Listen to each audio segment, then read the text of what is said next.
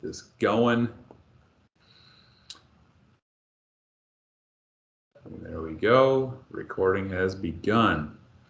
So I guess that means that we'll go ahead and get started as well. This session is on digital inking. Technically, it's called Getting Inked Digitally. And we're going to talk about the different hardware available for you, the different software available for you. So basically, we're talking about, Surface Pro, iPad, how it might look on a mobile device, and ways that your students can put these items to use as well. Because maybe that's kind of the next step in all this. Instructors have been using it to display on the overhead and on the digital space, virtual space, I should say. But how do students start putting it to use as well? We're also going to talk about the value in digital inking versus using the whiteboard or using the gooseneck. And also just understand the application in teaching and learning as kind of like a big picture item. So first things first, I want to get into what digital inking actually is. And this quite simply the ability to handwrite digitally on a device using an input method like a stylus or a mouse or a touchpad, trackpad to show your students or whoever your audience is what it is that you're doing. I definitely recommend a stylus when it comes to digital inking for those of you that have experience with it. It can be pretty difficult to write with a trackpad or even your finger on a touch screen.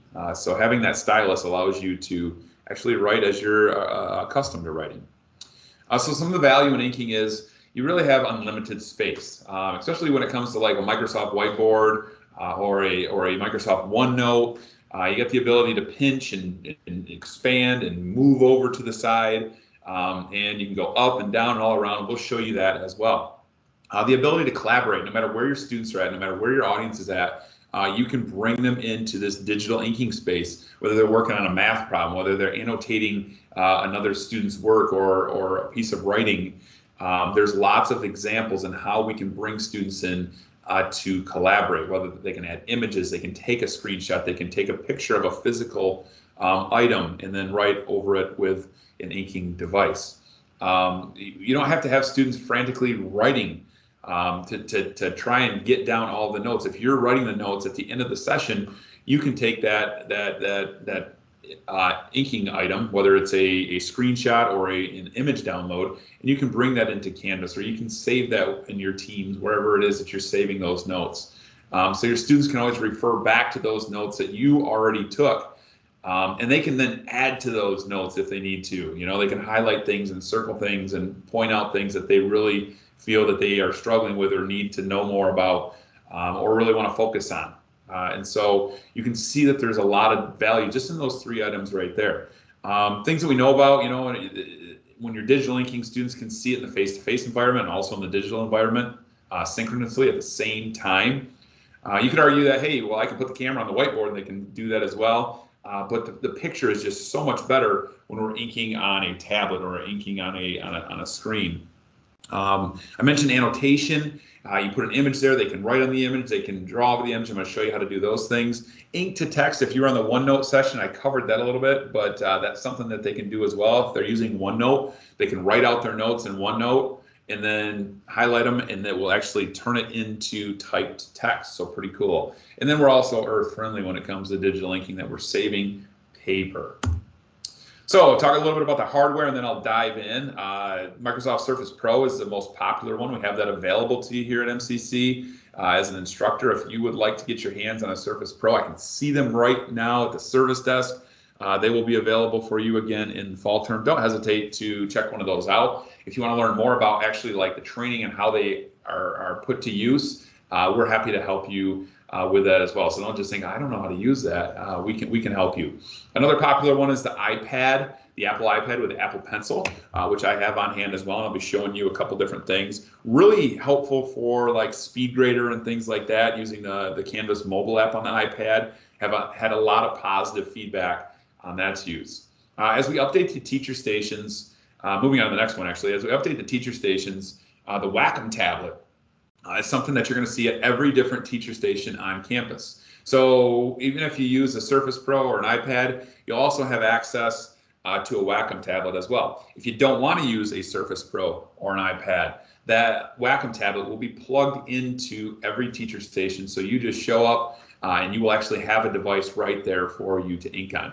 The only difference with the Wacom tablet is it doesn't actually have the screen that you can actually view and write on as you're writing on. You have to kind of learn to look up at the screen as you're writing. So that's a bit of an adjustment period, but we also have plenty of instructors that enjoy the Wacom tablet over a device like an iPad or a Surface Pro. And then, as I mentioned, you have the mobile device as well. Now, I mentioned with the mobile device that you need to use your finger to write. There are also styluses available for an iPhone or an Android that you can purchase just from Amazon or something like that. So if you're interested, maybe your students might be interested, we can definitely look into and hook you up with something like that. So in a nutshell, that's the hardware. I mean, we can go on and on about different options, but that's primarily what's available to you here at MCC. When it comes to software, some of these things are going to sound familiar, and most of these things we're going to cover today, depending on how quick I can move through them.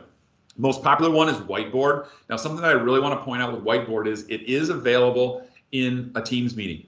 All right. So like when you go to share your screen, you're going to see one of the screen sharing options is Microsoft Whiteboard. I highly advise you not to use that screen share option because if you share the whiteboard directly within Teams as one of the screen share options, it won't be a part of your recording. It won't record it for whatever reason. So if you want to use Whiteboard within a Teams meeting, you can do that. Just hit screen share and share your desktop, and then open the Whiteboard app on your computer. Now, one more caveat with that is the Whiteboard app is not available if you use a Mac computer.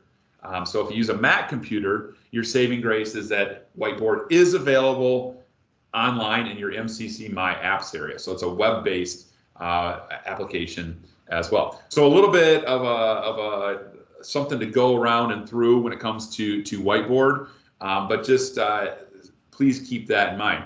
That being said, Whiteboard is far and away the best whiteboarding app that you can use when it comes to just whiteboarding and collaboration. Bringing others in because it's super shareable. Also, taking the whiteboard and exporting it into something like Canvas or a Teams a shared folder is very easy when you are done. And there's a few other features as well that we'll dig into. Canvas Speedgrader, another popular one. So this list is kind of based on popularity of use.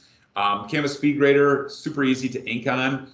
There is one little thing with picking up the pen. I think Jennifer brought it to my attention a few months ago. I'll point that out when we get to that. It's just a little hiccup, but it can be kind of annoying. OneNote we pretty much covered maybe not last week, 2 weeks ago in the EdTech Dialect session. OneNote's awesome for inking, and it has that ability to create those folders and sections as well. So maybe a great option for your different notes. Plus, it integrates in Teams. So lots of plus ones for OneNote when it comes to inking. Word is another place. PowerPoint, when you're given a PowerPoint presentation, if you have an inking device, you can actually start inking right on the presentation. So I'm giving this presentation here on my Mac computer, which is a fail. But you can see that as I move the mouse, I do have the option right here to start inking, and I chose white for whatever reason. That's like pretty much using the yellow marker when you're using an actual whiteboard. So if I choose red and if I actually had a stylus, this would go so much better. But you can ink as you go in a PowerPoint presentation if you didn't know that. And like I said, it gets even better with a stylus. PDF is a popular one as well. Bill Bishop uses the PDF like crazy. You could use Word, kind of one and the same, but the responsiveness on a Surface Pro is better on a PDF using Adobe Acrobat. And then IPEVO was kind of like the popular choice at the beginning of the year, but all these other ones have kind of rose up when it comes to the features and the abilities. So IPEVO has kind of gone down. IPEVO is nice because it will write on literally like every surface. It's just an app that kind of overlays over whatever it is that you see on your screen. The only problem is if you move to another app from IPEVO, all that inking goes away. So IPEVO is great if you had like a web resource that you wanted to ink over and highlight things and stuff like that, because there's not a lot of inking options on a web resource. But for the most part, anything else, you should use these dedicated apps for that. So what I want to do is I'm going to dive into some of these things, and some of the things I'm going to point out along the way is when it comes to inking, something like a document camera can be totally replaced with a Surface Pro or an iPad, and that you can easily take a picture of something on your desktop and immediately start inking on it. I'll be showing you that. I mentioned collaboration and the ability to invite others in. I'm going to start a whiteboard. I'm going to invite all of you into that, and I can write out some math problems. I can throw an image on there and have you annotate it, or point out things, circle things, stuff like that. And so lots of application there. Markup. So if you had to have a peer-to-peer peer edit going on, you could easily share items in a whiteboard space, or even in like a OneNote or a Word doc or something like that, and get your inking on. And we already talked about OneNote and PowerPoint. So let's go ahead. I'm going to back this up right now. We're going to go ahead and dive right in. Give me 1 second because I have to switch devices. So I'm going to stop sharing on one here.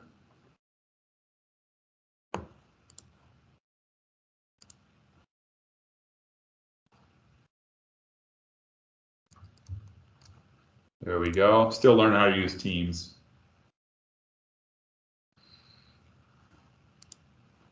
And we are going to hop on over to our Surface here.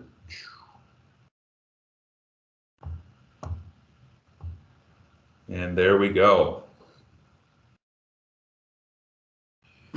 Perfect. All right.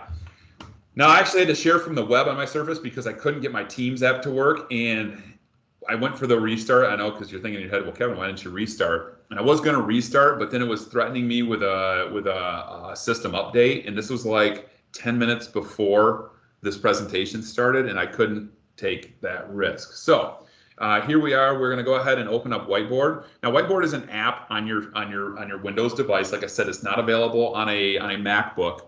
It is available as a mobile device, iOS, Android, so you can find it on an iPad or iPhone.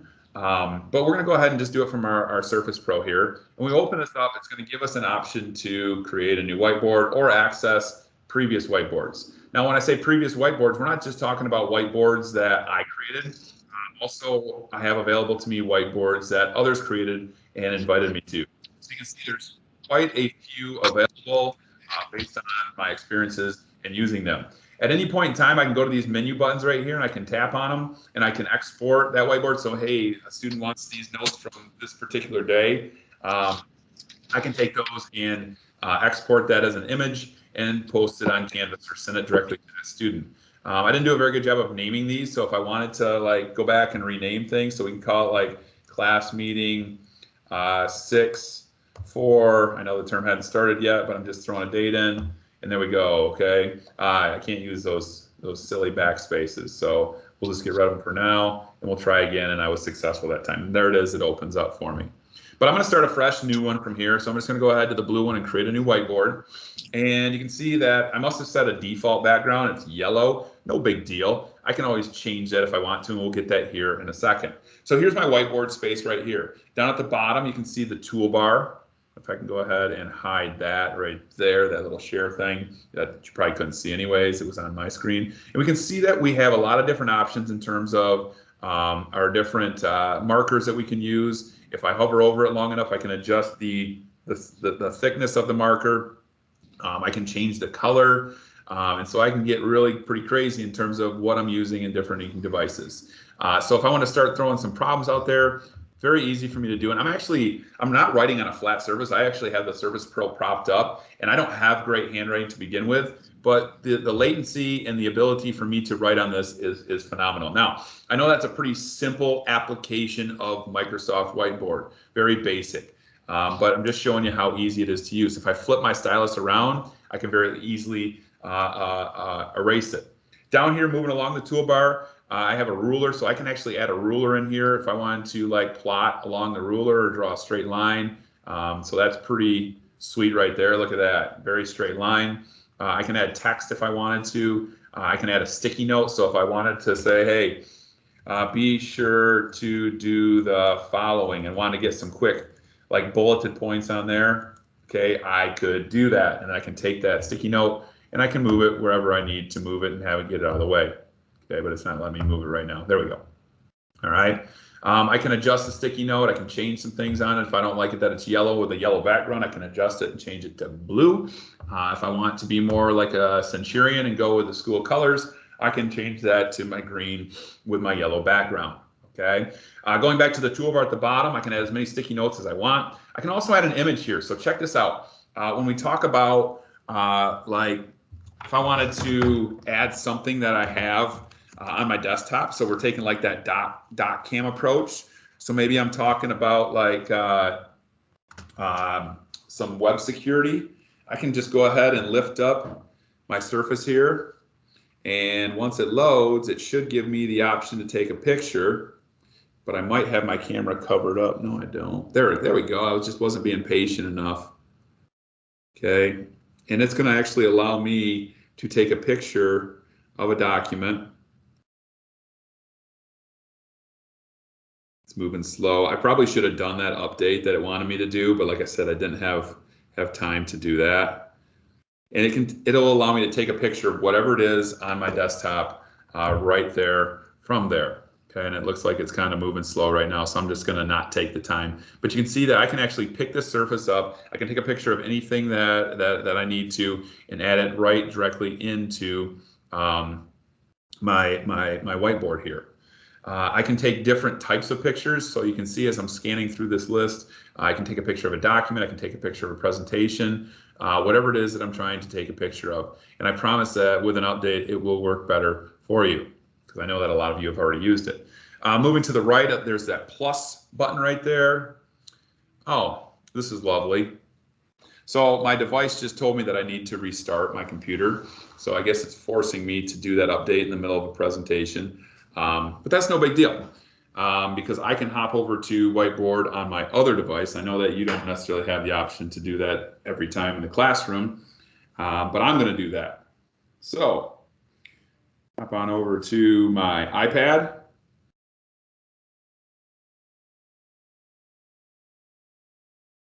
All right, can everybody see my iPad screen?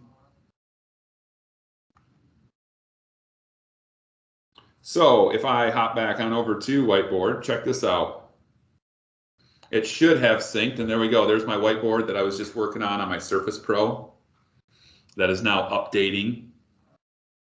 And if I just change my stylus real quick, just like that, okay, there's my whiteboard again. So my device went down, okay. I can always hop on the teacher station if I needed to, or I can hop on another device if I'm lucky enough to have that. But I can do a lot of the same things. So like I said, moving along at the bottom of the taskbar there to the right, I do have that option to add an image, okay. So I was trying to take a picture before.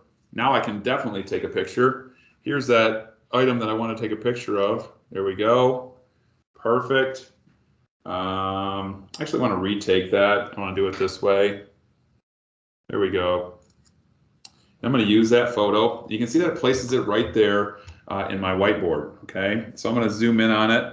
Okay, and I can actually start inking right here on this image. Okay, so if I wanted to circle something and have them pay attention to something, or if I needed to add some items, okay, I can add text over it as well. Okay, iPad does it just a little bit different in that I can add some text. And then when I do that, it will take it and will place it right on that whiteboard. Okay, so I can actually move that text, okay, right on over there. So moving along with the whiteboard, there's that plus on the toolbar down below. Lots of different things that we can add in from here. Okay, so we can add like notes. Okay, this will, if I do the note grid, it'll add like a whole grid, like a table of notes, and you can actually see all those different items right from there. Okay, I'm not going to get into all of them. I just want you to know that they exist for you. All right, now let's talk about collaborating. Let's talk about sharing. How do we get this whiteboard out to people? One way to do it is the blue little person icon here, up here in the upper right-hand corner. That's one way. If I tap on that, I can actually invite specific people within my organization. Look at that right there. There's a whole list of fine people that I associate with. But if I go to the menu bars right here, actually that, let's thicken that ink there. Look at that. There we go. Now you can really see it. If I tap on that, there's a lot of different settings here. Okay, one of them is active pen, and that just basically means that when my pen gets close to the screen, it's going to write for me. What that also means is if I use my finger on a touch screen, it's not going to write, which is very important. So I'm actually controlling the screen with my finger right now, and I'm able to move it and it doesn't write. If I were to turn that off, then when I touch the screen, it should, actually it's not doing it right now, but once it kicks in, it should actually start writing, which is annoying. So we want to actually make sure that we're using our pen for that. Let's see here. There's ink to shape, which is very helpful because if I actually draw a decent square, it will actually take it and make it a really good square. And so that's kind of fun to do. Moving through the list. Thanks, Rob. Moving through the list, you have an ink to table. So if you're somebody that wants to draw like a table, it should actually put the table there for you as well. There you go. Pretty cool. And so hopefully you're like, wow, there's lots of awesome things that I can do. Object snapping will allow you to drag things around your screen and it will actually organize it near it. When we talk about sharing the notes, the export function allows you to do that. So you can see, we can take that and we can take that as an image, and just like that, it will save it to our photo library for us to either send out. We can save that image. You can see that about halfway down. And so we can take that and save it to our Canvas or our Teams, wherever you want to go. But I want to actually share this whiteboard with you. One of the options is to post it to a team. That's a quick and easy way. I'm going to give that a shot right now. In the past, it's like just loaded and loaded and loaded, and it hasn't worked very well. But like always, we have a backup plan for that. So I'm going to go ahead and try and post it to a team. And when it does that, like I said, it'll probably just load and load and load. I just updated this, so it's not an app update. Trying to get back into my Surface too. And so I'm not going to take the time to wait for that, but at some point maybe Microsoft could make that happen for us. And then it would be super easy for us to share that with our teams. But we can also email this out to people. Let's see here. Where is and I'm not seeing it on the iPad, but I should have the option to pull a URL and then share it with all of you in the team. And right now, I am not seeing that URL. But the good news here, oh, there it is. Okay, so if I back out, I'm just getting used to the iPad here. The blue plus person, if I open that up, look over here to the far right in the upper area, there's actually the option to grab a link. Okay, and I want to turn on that web sharing link and I want to copy that link. And if I take that now over to you here in Teams in the chat area, yes, definitely have checked out Padlet. In fact, Padlet was one of our 10 cool tools from a previous EdTech Dialect session. So I'm glad you brought that up. It's always good to go back in time. But now all of you should have access to my whiteboard. So I'll let you hop in, and if you want to add something, just let me know that you're there. My Surface has come back to life, so I'm going to go ahead and get back to that while you are entering into the whiteboard. Kevin. Yo. This is going to sound like a stupid question, but I was in another meeting and I got in a little late. You are using the whiteboard that when we turn on Teams and start sharing our screen, the whiteboard that comes on right there, right? Yeah, but here's something that you really got to keep in mind with that is you don't want to share the whiteboard from Teams. Okay. You want to open it up and share that. Share tray, one of the options is obviously like desktop and Windows and apps, and another one is Microsoft Whiteboard. Okay. You don't want to use that because it won't be a part of the recording. So what you want to do is just choose like your desktop as you normally would, and then open the Microsoft Whiteboard app from your Windows. Gotcha. Yeah, so that's a really important step right there to keep in mind. So I'm just restoring some pages here, and we're going to be back in business on the old Surface Pro here in like 10 seconds. That might be over-promising.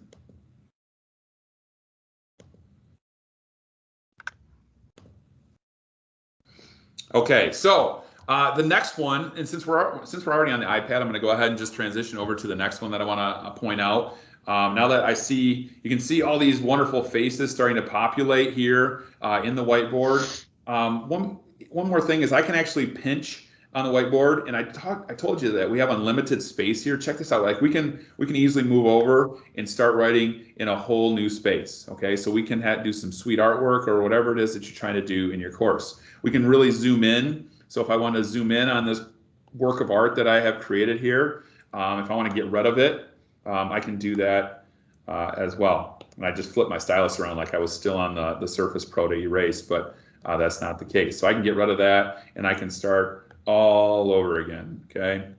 Just like that from there. I mentioned you can change your background if you want to do that. There's the format background. There's some really cool backgrounds that you can choose if you need to do like dot matrices and stuff like that. Look at all these backgrounds that you can add. If you want to just be a white background, you have that as your option as well. If you want your students to write lines collaboratively, well, you have that in your wheelhouse as another option as well. So check that out. We got some lines right there, so they can be like, I will not bore my audience. Okay, and we can write that over and over and over again. All right, so that's Microsoft Whiteboard right there. Super collaborative, very easy for you to access old notes and things like that and really do whatever it is that you need to do. So let's back out of there and let's talk about Canvas. So if you're using the iPad, you have the use of the Canvas mobile app. If you're using the Surface Pro, you're just going to go to the web-based option and hop onto it from there, that being Canvas. But I'm going to show you, like I said, using the teacher app. And if I go to, I'm going to use the ETD series course that I've created here because I have a student that has submitted a paper, and we're going to go ahead and visit that paper and grade it together. So if I scroll down to the module that it's in, there it is, assignment 2 right there at the bottom.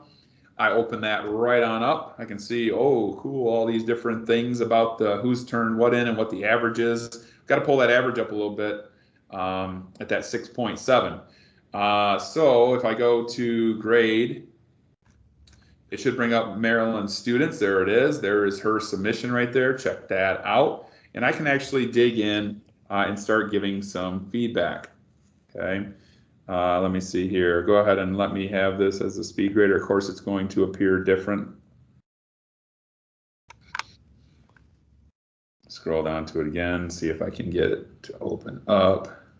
I think I'm in the student app. That's my problem. I need to be in the teacher app. How come no one called me on that? So there we go. Now we're in as a teacher, so we can actually get to the Speedgrader and give feedback. Find that course again. Go to my modules, scroll down to the bottom where I know that module or that assignment is. There it is, assignment 2.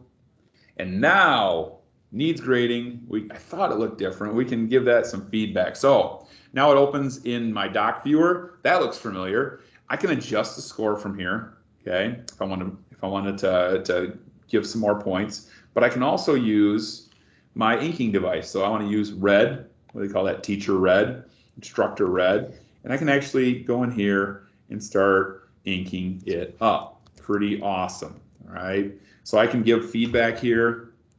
Okay, I can actually like write it right out right there. I ran out of space because my writing's too big, but I can actually, what I want to do is I want to zoom in a little bit there, and I can write a little bit smaller. My handwriting is not good, but I'm sure that a lot of you give really good feedback with really good penmanship. That might not be me, but you can adjust all these different things right here. You can adjust the thickness of it. You can adjust the color, all from the Speedgrader. If you want to add some text as well, you can do exactly that. Okay, you can see I just changed the color, and we can really mark up this item right here. Now, the thing that I point out that is a little bit of a pain in the butt is every time you pick up the pen, it wants to create like a text box of the items that you added there. So be careful with that. Actually, I didn't notice when I was actually using this pen feature here. And when I picked up the pen, I could just keep inking on it again. So that is good to see. Maybe they have finally fixed that lifting the pen issue in the Canvas Speedgrader or in Doc Viewer. So that's a Speedgrader there. I'm going to hop back over to my Surface Pro now that it appears to be working again. And I am going to show you a little bit about OneNote, even though we did a good job of, I think did a good job of covering it last time. So we are sharing our screen. I have to open up that app again.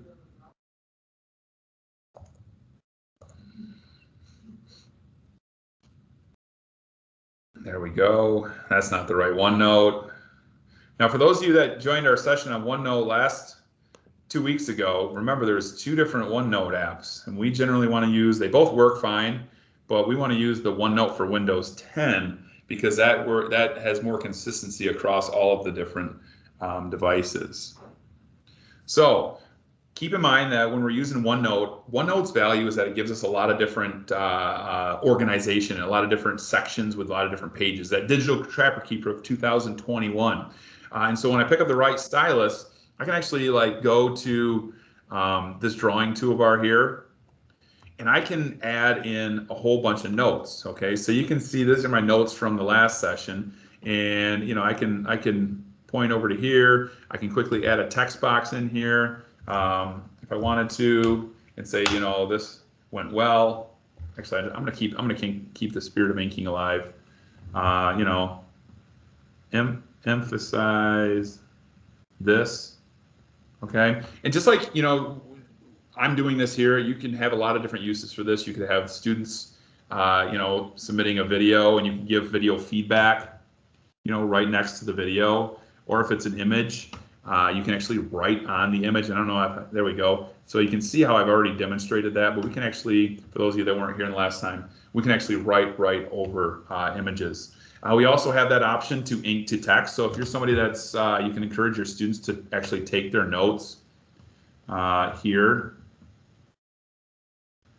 And when you're done, you can actually, if it will allow me to do that, we can actually, you can see it's not doing it right now, but you can actually take that and ink that to text. It should allow me to, I think I'd have to maybe do this right here. Oops. Oh, I know what I need to do. I actually have to take this lasso tool and highlight it and ink to text. And just like that, it'll take that.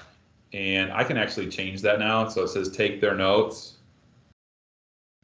Okay, I can delete that. I can add a period. I can add the correct punctuation. And I can actually write out like a whole screen full of notes if I wanted to during a meeting and come back and ink to text those into actually something that is legible if I didn't want to type it out. So just some options for you right within OneNote. It's pretty cool to do some inking on that.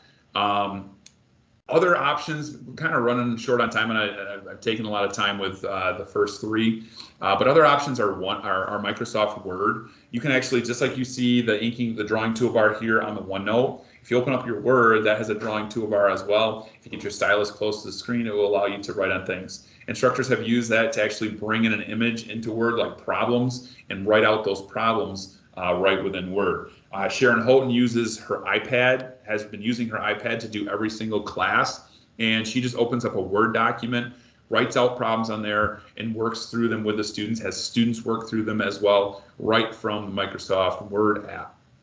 I mentioned PowerPoint as a powerful tool for not just giving a presentation, but also being able to ink on your presentation as you go. So you could actually take like images of problems or models of cells or whatever it is that you're presenting on, and instead of just talking about them, actually diagramming them, writing on them, highlighting them, things like that, just to kind of bring a new level of well, digital to your presentation.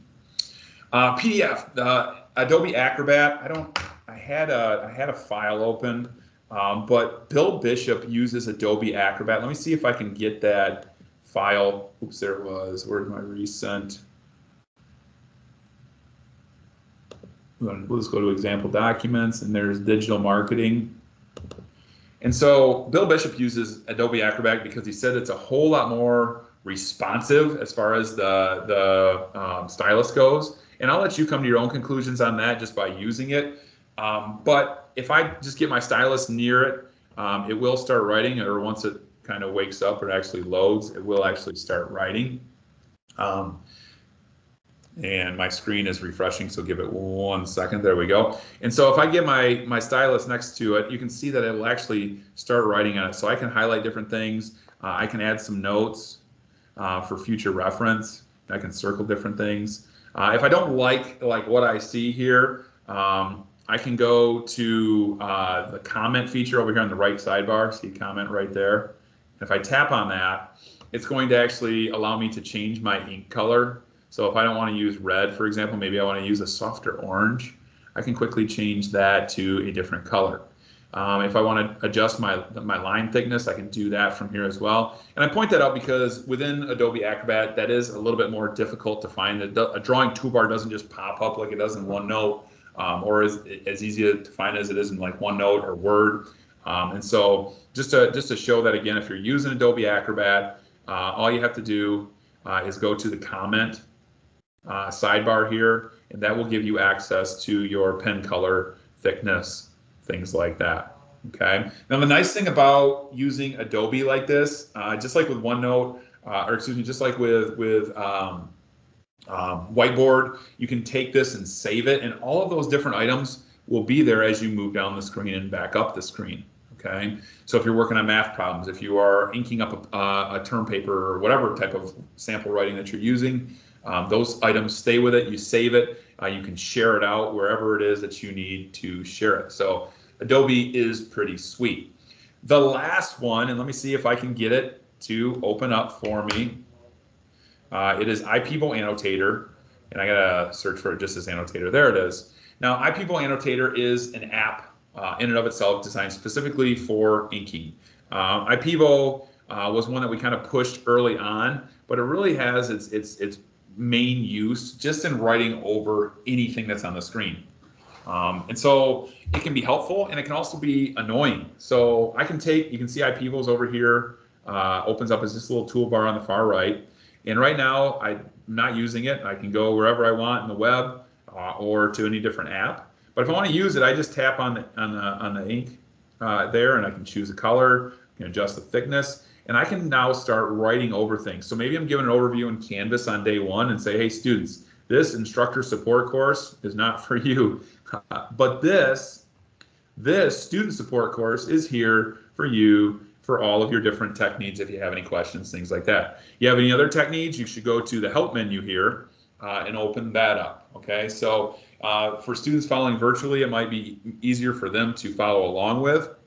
But the problem with IPEVO is the minute I turn that off, it goes away.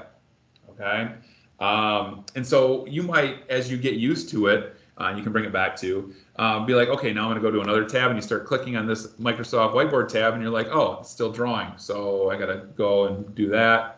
Okay, and when we go to that Whiteboard tab, and now you're ready to IPEVO again, it brings those same items back up. So just something to be aware of. A lot of this stuff just takes some practice and getting used to.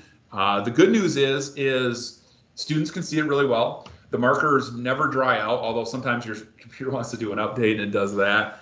But there's a lot of pluses to this to go along with it. So that's the software, that's the hardware. If I pop back to my presentation here, 1 second.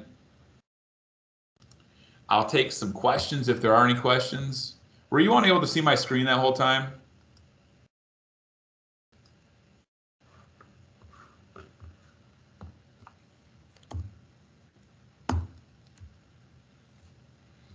Yeah, I saw everything. Okay, well. Good. Because when I just brought up the screen on my MacBook, it was flashing green, so I was nervous for a second. But normally people do a pretty good job of speaking out. So our next step with all this is getting students into inking and finding ways that the students can participate as well. Now, a lot of times they don't have the devices, they don't have the Surface Pro with a stylus. They might be more likely to have an iPad, but maybe they don't have the Apple Pencil to go with it. Just like I said, they do have the option we can get them a stylus to go along with a phone. It is possible for them to use a trackpad. Another thing is that they can input answers with the text boxes like we saw on the Microsoft Whiteboard. And so giving them the option, especially in a virtual environment, to annotate from a digital document versus sitting in class. I know that there is value to being in class and things like that and actually writing on a hard copy. But also the resource clipping. So we mentioned OneNote. there's actually a Chrome app and an Edge app, or extension, I should call it appropriately, that will allow you to clip web resources and take them into OneNote. And from there, you can start annotating and inking on those web resources, highlighting things, so that those web resources will always be available to those students and they can easily share them. So those are just kind of some baby steps as far as student use goes. Obviously, the easy one is just inviting them to a whiteboard and letting them write on that. But does anybody have any questions?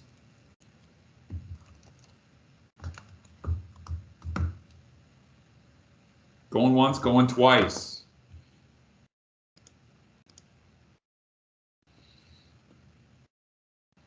I see that Jennifer mentioned in the chat, one thing that I've noticed in Speedgrader with the iPad and Apple Pencil in the Canvas Teacher app is to keep an eye on it if it's saving your annotations as you go. She's had several times, where it has randomly not saved parts of the annotations and said there was an error in saving, like a quick little drop-down error in saving. So you might have some items missing. So like anything, make sure that you're keeping an eye on that, making sure that, you know, you're proofreading, I guess. Proofreading against the digital divide and making sure the technology doesn't mess you up. So you can see it, but it's not there for the student. And Chad has had the same issue as well. So I have heard a little bit about that. Jamie's an iPad user as well, and you can see that she commented she's had that issue. It's just something that continue to work through. Keep an eye on it. I think that the value still outweighs anything in the fact that you can quickly get through a lot of different papers and for the English department here in terms of marking them up. And if you're using an iPad, I mean, you can really work anywhere as long as you have a lap or a table that you can work on. So thanks for bringing that up, Jennifer. That's something to definitely to be aware of. Any other questions when it comes to inking, the hardware, the software, any application, anything like that I can help you with?